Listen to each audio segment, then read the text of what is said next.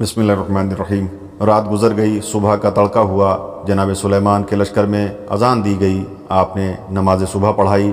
नमाज के फ़ौरन बाद जंग के लिए हुसैनी बहादुर फिर निकल पड़े और दिल हिला देने वाले हमलों से दुश्मनों को आजिज़ और परेशान कर दिया और कमाले बेजिगरी से सारा दिन जंग में गुजार दिया। यहाँ तक कि फिर रात आ गई और जंग रोक दी गई।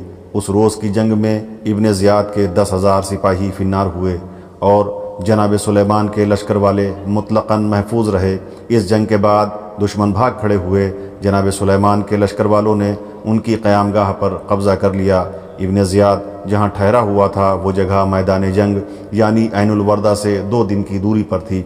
इसलिए इसके लश्करी ऐनुल वर्दा से भागकर इब्न ज़ियाद के पास पहुँच गए।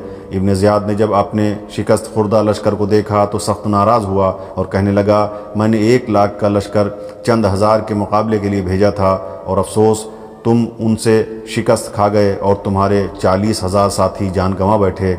उसके बाद इब्न ज़ियाद ने हुक्म दिया कि 60,000 पलटे हुए सिपाही और 2 लाख ताज़ादम सिपाही ऐनुल वर्दा को रवाना हों और वहाँ पहुँचकर सुलेमान के सारे लश्कर का काम तमाम कर दें। इब्न ज़ियाद मलऊन का हुक्म पाते ही 2,60,000 का लश्कर ऐनुल वर्दा के लिए रवाना हो गया और इब्न ज़ियाद भी चल पड़ा और ऐनुल वर्दा पहुँच गया। जनाब सुलेमान के पास अब सिर्फ 3,000 बहादुर रह गए। सुलेमान ने जब इतना बड़ा लश्कर देखा फ़ौरन अपने बहादुरों को मुखातिब करके एक तकरीर की और कहा कि हमारा मकसद खुशनुदी हासिल करना है। मेरे बहादुरों, लश्कर की तादाद से खौफज़दा न होना। मौत हमारी ज़िंदगी का सरमाया है। शहीद होना हमारी ज़िंदगी का पैगाम है।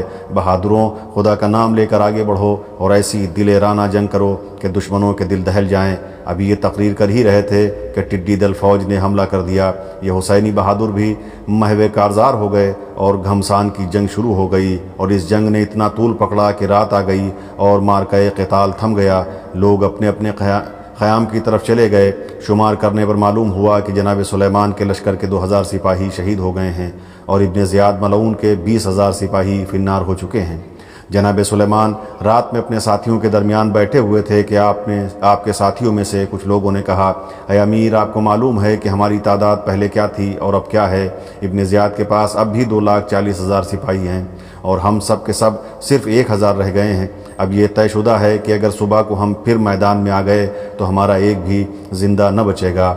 इसलिए बेहतर ये मालूम होता है कि हम लोग रात में पुल के ज़रिए फ़रात को पार करके कूफा चलें और लश्कर का इंतज़ाम करने के बाद फिर वापस आएँ, दुश्मन से जंग करें। ये सुनकर जनाब सुलेमान ने कहा, सुनो, जो मौत से डरता हो और अपनी ज़िंदगी को चाहता हो उसका जिधर भी जी चाहे चला जाए।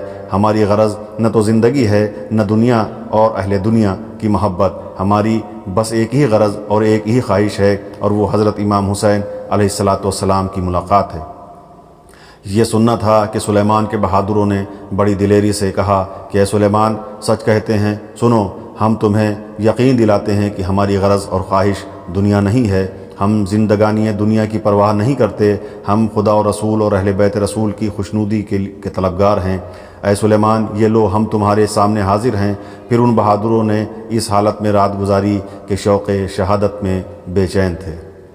आज के लिए इतना, बाकी इंशाअल्लाह अगले वीडियो में। अस्सलाम वालेकुम, खुदा हाफिज़।